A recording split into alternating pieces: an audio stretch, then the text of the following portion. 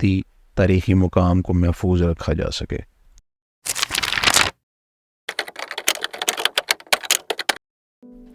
رانی کوٹ قلعہ پاکستان کے صوبہ سندھ میں واقع ہے اور دنیا کا سب سے بڑا قدیم قلعہ مانا جاتا ہے۔ اس قلعے کی دیواروں کی لمبائی تقریباً 26 کلومیٹر ہے، جو اس کی بڑائی اور اہمیت کو ظاہر کرتی ہیں۔ اس قلعے کی تعمیر کا دور تقریباً 2500 سال پرانا ہے۔ اس قلعے کے بارے میں بہت سی باتیں مشہور ہیں، لیکن کسی کو معلوم نہیں کہ یہ قلعہ کب بنا، کیوں بنا اور کس نے بنایا۔ رانی کوٹ بیسیکلی اس علاقے کا نام ہے اور اس کے اندر 3 قلعے بنے ہوئے ہیں: میری کوٹ، شیر کوٹ اور مومن کوٹ۔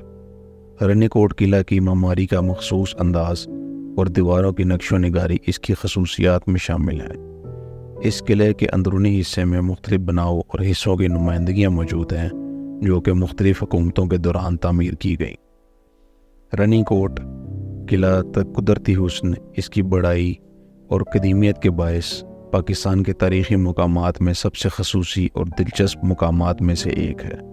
یہ قلعہ سیاحوں اور تاریخ دوستوں کے لیے دلچسپ مقام ہے، جہاں وہ اس کی قدیمی فن، تاریخ اور قدرتی حسن کو دیکھ کر لطف اٹھا سکتے ہیں۔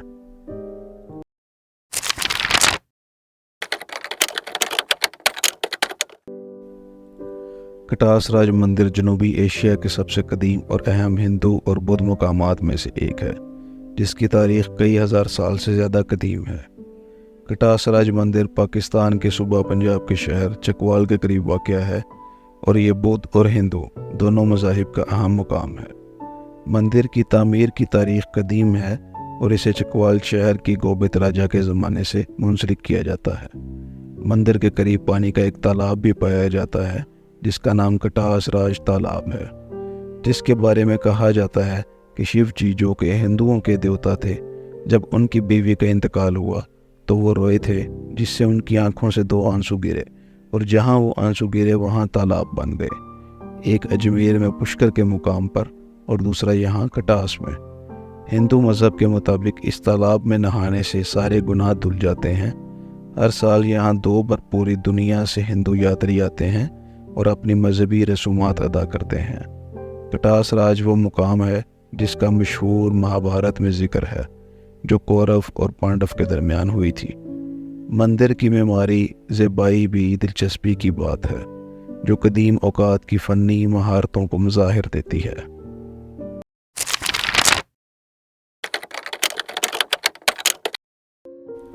تخت بائی پاکستان کے صوبہ خیبر پختونخوا کے شہر مردان سے 16 کلومیٹر کے فاصلے پر واقع ہے۔ یہ ایک قدیم بدھ مت عبادت گاہ کا حصہ ہے، جو تقریباً 2000 سال پہلے تعمیر ہوئی تھی۔ تخت بائی بدھ ہنر کاری کو شاہکار نمائندگی فراہم کرتا ہے۔ تخت بائی بدھ مت کی تعلیم کے لیے ایک اہم مقام رکھتا تھا، جہاں علماء اور طلباء تعلیم حاصل کرتے تھے۔ تخت بائی میں یونانی، فارسی اور قدیم گندھارا تہذیب کے نمایاں آثار پائے جاتے ہیں۔ تخت بائی میں متعدد اسٹوپاز بنائے گئے تھے، جن کا مقصد وہاں بیٹھ کر عبادت کرنا تھا۔ اس کے علاوہ یہاں پر منتی اسٹوپاز بھی پائے جاتے ہیں۔ تخت بائی ایک تعلیمی درسگاہ کے طور پر بھی استعمال ہوتا رہا ہے، جو کہ یہاں پر متعدد کلاس رومز کی موجودگی سے نمایاں ہوتا ہے۔ تخت بائی میں پانی کو محفوظ کرنے کے لیے چھوٹے چھوٹے حوض بھی تیار کیے گئے تھے۔ تخت بائی کا پانی کا نظام اس علاقے کے تاریخی اور تعمیری پہلوؤں کا ایک حصہ ہے، اور اس نے اس مقام کی زندگی اور کلچر کے پہلوؤں کو بھی روشن کیا ہے۔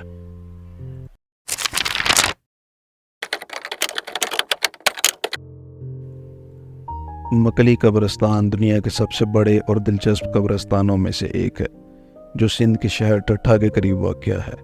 اس کی وسیع قبروں اور معماری مناظر کی بناوٹ کی بنا پر اس کی تاریخی اہمیت کافی بڑی ہے۔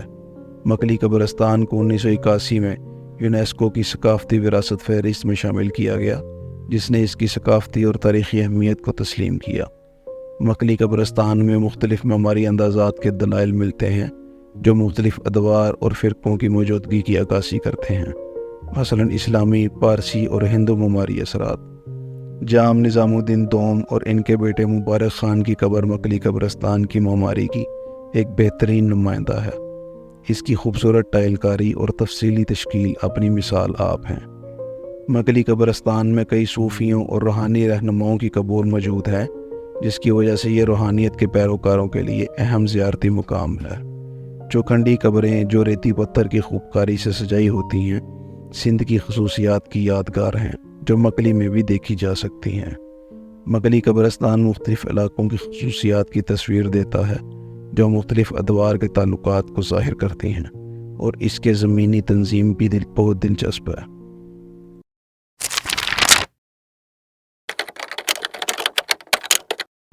روہتاس قلعہ پاکستان کے صوبہ پنجاب میں واقع ہے اور شہر جہلم کے قریب موجود ہے۔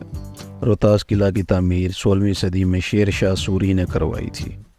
قلعہ کی تعمیر ایک فنونی عمل ہے جس کا مقصد نہ صرف حفاظت فراہم کرنا ہوتا ہے بلکہ ساتھ ہی ساتھ ان مقامات کی خوبصورتی کو بھی نمایاں کرنا ہوتا ہے۔ روہتاس قلعہ کی دیواریں چونے کے پتھروں سے بنائی گئی ہیں جو اس کو مضبوطی دیتی ہیں۔ یہ قلعہ ایک اسٹریٹجک مقام پر واقع ہے جس کا مقصد دشمنوں کی رسائی کو روکنا تھا۔ اس قلعے کے اندر کئی تاریخی عمارات بھی موجود ہیں، جیسے کہ راجہ مان سنگھ کی حویلی اور رانی محل، جو اہم تاریخی مواد کی حفاظت کرتے ہیں۔ روہتاس قلعہ میں مغل، ترک، افغان، ہندو اور ایرانی فن تعمیر کا انوکھا اجتماع دیکھا جا سکتا ہے جو اس کی زیبائی میں اضافہ کرتے ہیں۔ قلعہ میں کئی طبعی پانی کے چشمے بھی پائے جاتے ہیں جو آبادی کے لیے مؤثر پانی کی فراہمی کرتے تھے۔ یہ قلعہ ایک اہم تاریخی وراثت کا حامل ہے اور اسے 1997 میں یونیسکو کی تاریخی ورثہ فہرست میں شامل کیا گیا۔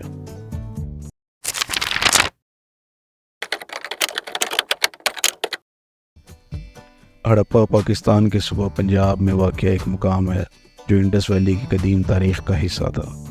ہڑپا کو بنیادی طور پر انڈس ویلی کی قدیم سوسائٹی کا حصہ تصور کیا جاتا ہے جو انتہائی مختلف تجارتی اور فنی کاموں کی بنیاد پر تشکیل پائی تھی۔ ہڑپا کو 1980 میں یونیسکو کی ثقافتی وراثت فہرست میں شامل کیا گیا، جس نے اس کی تاریخی اہمیت کو تسلیم کیا۔ ہڑپا میں پانی کی فراہمی کے لیے سیوریج اور ندیوں کا استعمال کیا جاتا تھا جو زرعی میدانوں کو سیراب کرنے کے لیے بروئے کار لایا جاتا تھا۔ ہڑپا میں بنائی گئی عمارتوں، قبور اور تشکیلات میں تخیلات کا بھرپور مواد پایا جاتا ہے جو اس وقت کے انسانوں کی روزمرہ زندگی کا تصور دیتا ہے۔ ہڑپا میں ایک منظم شہری نظام دیکھنے کو ملتا ہے جس میں گلیوں، منازل اور عوامی اور سرکاری عمارات کا بھرپور منظر عکس ہوتا ہے۔ ہڑپا کے مختلف سامان اور مصنوعات میں فنی مہارتیں دیکھنے کو ملتی ہیں، جیسے کہ سنگ کاری، پوٹری، لکڑی کاری، سونا کاری، شیشہ کاری اور دانتوں کی کاری شامل ہیں۔ ہڑپا میں مذہبی تشہیرات کی تصاویر بھی دیکھنے میں آتی ہیں جو اس وقت کے مذہبی عقائد کو بیان کرتی ہیں۔ ہڑپا تجارت کا بھرپور مرکز تھا جہاں مختلف خزانہ گروں اور تجارتی افراد آمد و رفت کرتے تھے۔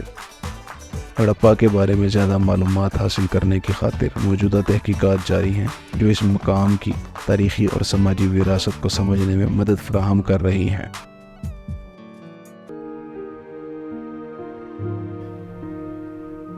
Thank you for watching this video. Please like, share and subscribe our channel Urdu Joint.